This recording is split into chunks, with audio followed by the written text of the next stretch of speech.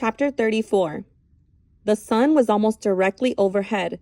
He figured he could walk for no more than another hour, maybe 2, before he had to turn back. It seemed pointless. He could see there was nothing ahead of him, nothing but emptiness. He was hot, tired, hungry, and most of all, thirsty.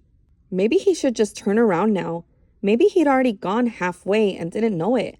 Then, looking around, he saw a pool of water less than 100 yards away from where he was standing.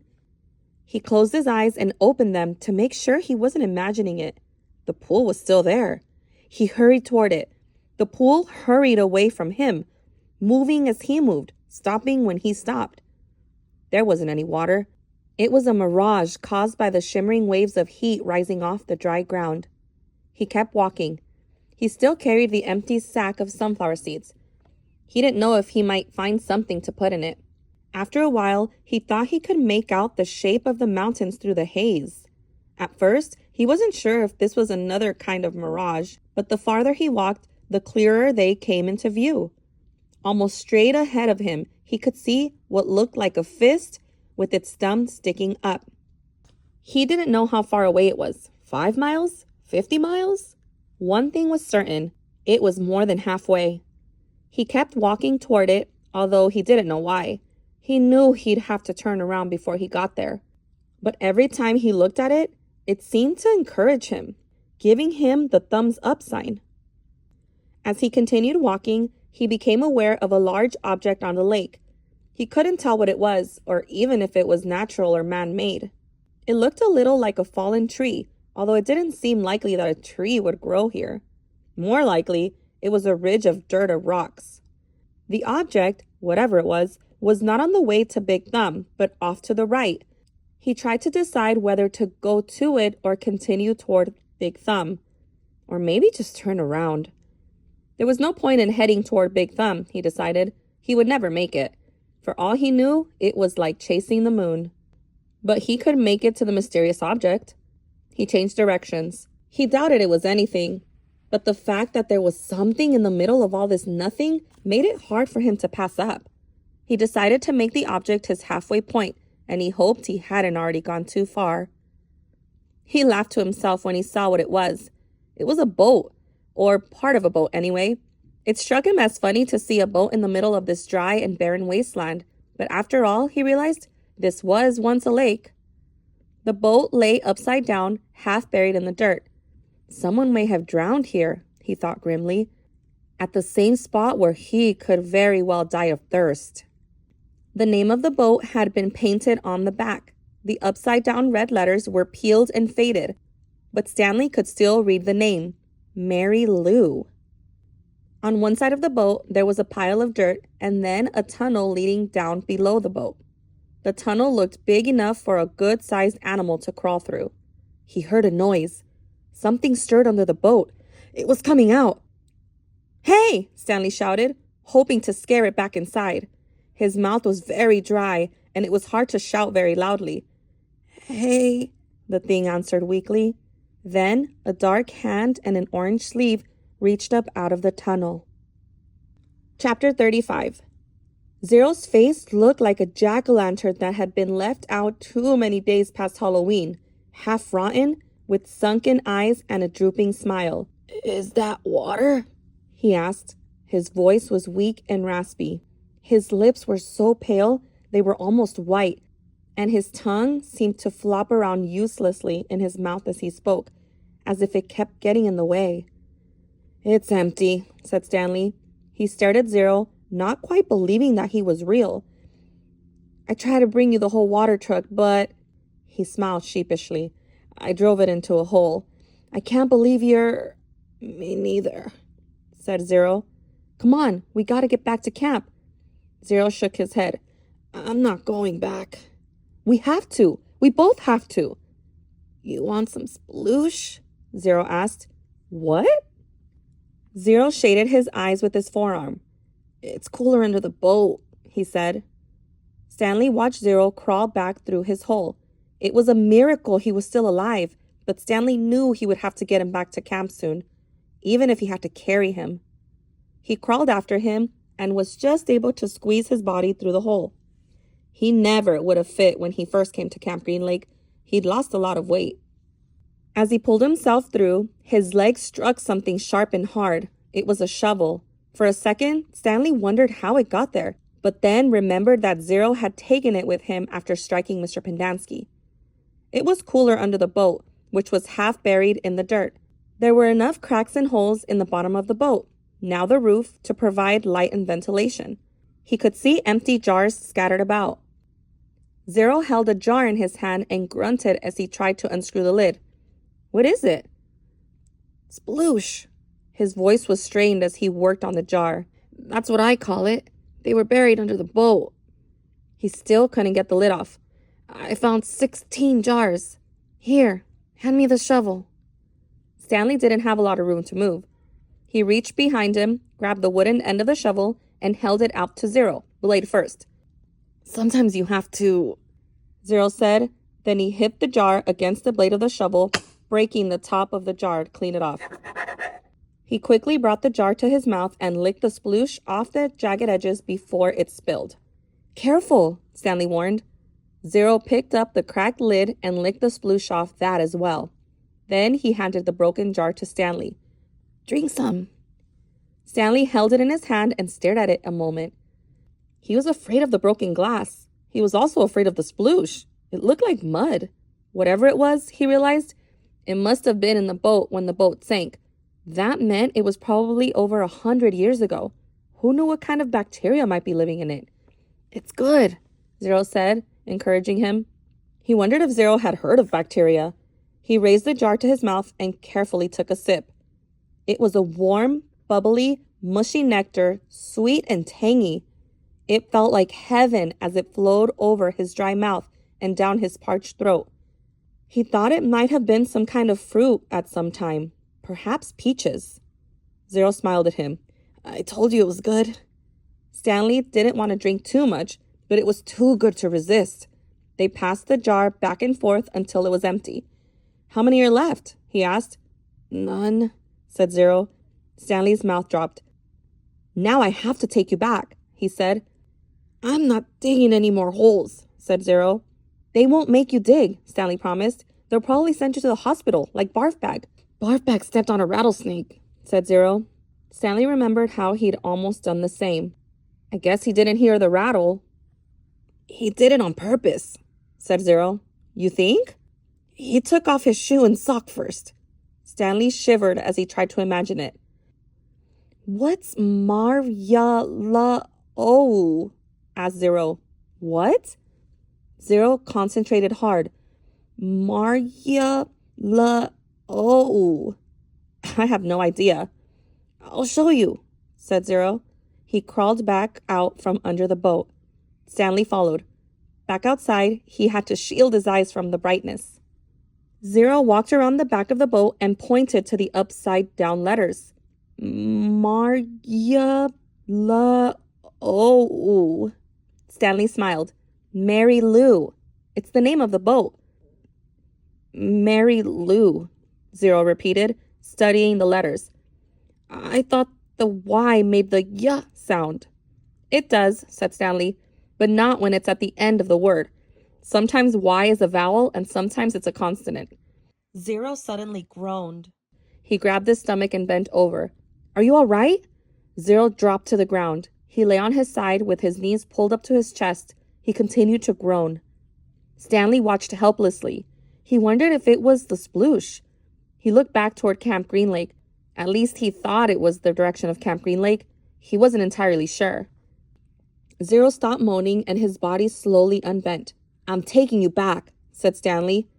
Zero managed to sit up. He took several breaths. "Look, I got a plan so you won't get in trouble," Stanley assured him. "Remember when I found the gold tube? Remember I gave it to X-Ray and the warden went crazy making us dig where she thought X-Ray found it. I think if I tell the warden where I really found it, I think she'll let us off." "I'm not going back," said Zero. "You've got nowhere else to go," said Stanley. Zero said nothing. "You'll die out here," said Stanley. "Then I'll die out here." Stanley didn't know what to do. He had come to rescue Zero and instead drank the last of his sploosh. He looked into the distance. I want you to look at something. I just want you to look at that mountain up there. See, the one that has something sticking up out of it? Yeah, I think. What does it look like to you? Does it look like anything? Zero said nothing. But as he studied the mountain, his right hand slowly formed a fist. He raised his thumb. His eyes went from the mountain to his hand, then back to the mountain. Chapter 36. They put 4 of the unbroken jars in the burlap sack in case they might be able to use them. Stanley carried the sack. Zero held the shovel. I should warn you, Stanley said. I'm not exactly the luckiest guy in the world. Zero wasn't worried. When you spend your whole life living in a hole, he said, the only way you can go is up. They gave each other a thumbs up sign, then headed out. It was the hottest part of the day. Stanley's empty canteen was still strapped around his neck. He thought back to the water truck and wished he'd at least stop and fill his canteen before running off. They hadn't gone very far before Zero had another attack. He clutched his stomach and let himself fall to the ground. Stanley could only wait for it to pass. The sploosh had saved Zero's life, but now it was destroying him from the inside. He wondered how long it would be before he, too, felt the effects. He looked at Big Thumb. It didn't seem any closer than when they first started out. Zero took a deep breath and managed to sit up. Can you walk? Stanley asked. Just give me a second, Zero said.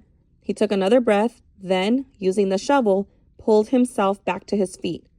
He gave Stanley a thumbs up sign and they continued. Sometimes Stanley would try to go for a long while without looking at Big Thumb. He'd make a mental snapshot of how it looked, then wait maybe 10 minutes before looking at it again to see if it seemed closer. It never did. It was like chasing the moon. And if they ever reached it, he realized they'd still have to climb it. I wonder who she was, said Zero. Who? Mary Lou, said Zero. Stanley smiled.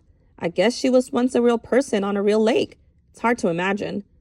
I bet she was pretty, said Zero. Somebody must have loved her a lot to name a boat after her. Yeah, said Stanley. I bet she looked great in a bathing suit, sitting in the boat while her boyfriend rowed. Zero used his shovel as a third leg. 2 legs weren't enough to keep him up. I gotta stop and rest, he said after a while. Stanley looked at Big Thumb. It still didn't look any closer. He was afraid if Zero stopped, he might never get started again. We're almost there, he said. He wondered which was closer, Camp Green Lake or Big Thumb. I really have to sit down. Just see if you can go a little. Zero collapsed. The shovel stayed up a fraction of a second longer, perfectly balanced on the tip of the blade. Then it fell next to him. Zero knelt, bent over with his head on the ground. Stanley could hear a very low moaning sound coming from him. He looked at the shovel and couldn't help but think that he might need to dig a grave. Zero's last hole. And who will dig a grave for me? He thought. But Zero did get up, once again flashing thumbs up. Give me some words, he said weakly. It took Stanley a few seconds to realize what he meant. Then he smiled and said, R-U-N. Zero sounded it out to himself. Run, run, run. Good. F-U-N. Fun? The spelling seemed to help Zero. It gave him something to concentrate on besides his pain and weakness. It distracted Stanley as well. The next time he looked up at Big Thumb, it really did seem closer. They quit spelling words when it hurt too much to talk. Stanley's throat was dry. He was weak and exhausted. Yet, as bad as he felt, he knew that Zero felt 10 times worse. As long as Zero could keep going, he could keep going too. It was possible, he thought, he hoped, that he didn't get any of the bad bacteria. Zero hadn't been able to unscrew the lid. Maybe the bad germs couldn't get in either. Maybe the bacteria were only in the jars which opened easily, the ones he was now carrying in his sack. What scared Stanley the most about dying wasn't his actual death. He figured he could handle the pain.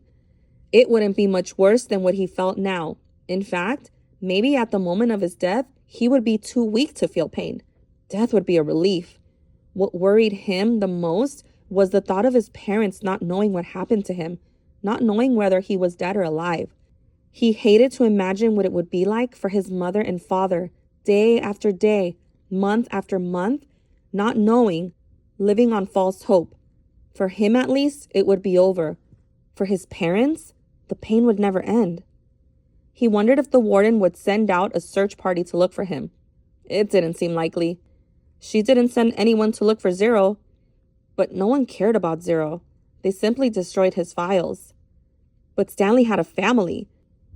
She couldn't pretend he was never there. He wondered what she would tell them, and when. "What do you think's up there?" Zero asked. Stanley looked to the top of Big Thumb. "Oh, probably an Italian restaurant," he said. Zero managed to laugh. "I think I'll get a pepperoni pizza and a large root beer," said Stanley. "I want an ice cream sundae," said Zero, "with nuts and whipped cream and bananas and hot fudge." The sun was almost directly in front of them. The thumb pointed up toward it. They came to the end of the lake. Huge white stone cliffs rose up before them. Unlike the eastern shore, where Camp Green Lake was situated, the western shore did not slope down gradually. It was as if they had been walking across the flat bottom of a giant frying pan, and now they had to somehow climb up out of it. They could no longer see Big Thumb. The cliffs blocked their view. The cliffs also blocked out the sun. Zero groaned and clutched his stomach, but he remained standing. "I'm all right," he whispered. Stanley saw a rut about a foot wide and 6 inches deep running down a cliff. On either side of the rut were a series of ledges. "Let's try there," he said. It looked to be about a 50-foot climb straight up. Stanley managed to hold the sack of jars in his left hand as he slowly moved up from ledge to ledge, crisscrossing the rut. At times, he had to use the side of the rut for support in order to make it to the next ledge. Zero stayed with him, somehow. His frail body trembled terribly as he climbed the stone wall. Some of the ledges were wide enough to sit on. Others stuck out no more than a few inches, just enough for a quick step. Stanley stopped about 2/3 of the way up on a fairly wide ledge. Zero came up alongside him. "You okay?" Stanley asked. Zero gave him a thumbs up. Stanley did the same. He looked above him. He wasn't sure how he'd get to the next ledge. It was 3 or 4 feet above his head, and he didn't see any footholds. He was afraid to look down. "Give me a boost," said Zero. "Then I'll pull you up with my shovel." "You won't be able to pull me up," said Stanley. "Yes, I will," said Zero. Stanley cupped his hands together, and Zero stepped on his interwoven fingers. He was able to lift Zero high enough for him to grab the protruding slab of rock. Stanley continued to help him from below as Zero pulled himself onto the ledge. While Zero was getting himself situated up there, Stanley attached the sack to the shovel by poking a hole through the burlap. He held it up to Zero. Zero first grabbed hold of the sack, then the shovel. He set the shovel so that the blade was supported by the rock slab. The wooden shaft hung down toward Stanley. "Okay," he said. Stanley doubted this would work. It was one thing for him to lift Zero, who was half his weight. It was quite another for Zero to try to pull him up. Stanley grabbed hold of the shovel as he climbed up the rock wall, using the sides of the rut to help support him. His hands moved on over the other, up the shaft of the shovel. He felt Zero's hand clasp the wrist. He let go of the shaft with one hand and grabbed the top of the ledge. He gathered his strength and for a brief second seemed to defy gravity as he took a quick step up the wall and, with Zero's help, pulled himself the rest of the way over the ledge. He caught his breath. There was no way he could have done that a few months ago. He noticed a large spot of blood on his wrist. It took him a moment to realize that it was Zero's blood. Zero had deep gashes in both hands. He had held onto the metal blade of the shovel, keeping it in place as Stanley climbed. Zero brought his hands to his mouth and sucked up his blood. One of the glass jars had broken in the sack. They decided to save the pieces. They might need to make a knife or something. They rested briefly, then continued on up. It was a fairly easy climb the rest of the way. When they reached flat ground, Stanley looked up to see the sun, a fiery ball, balancing on top of Big Thumb. God was twirling a basketball. Soon they were walking in the long, thin shadow of the thumb.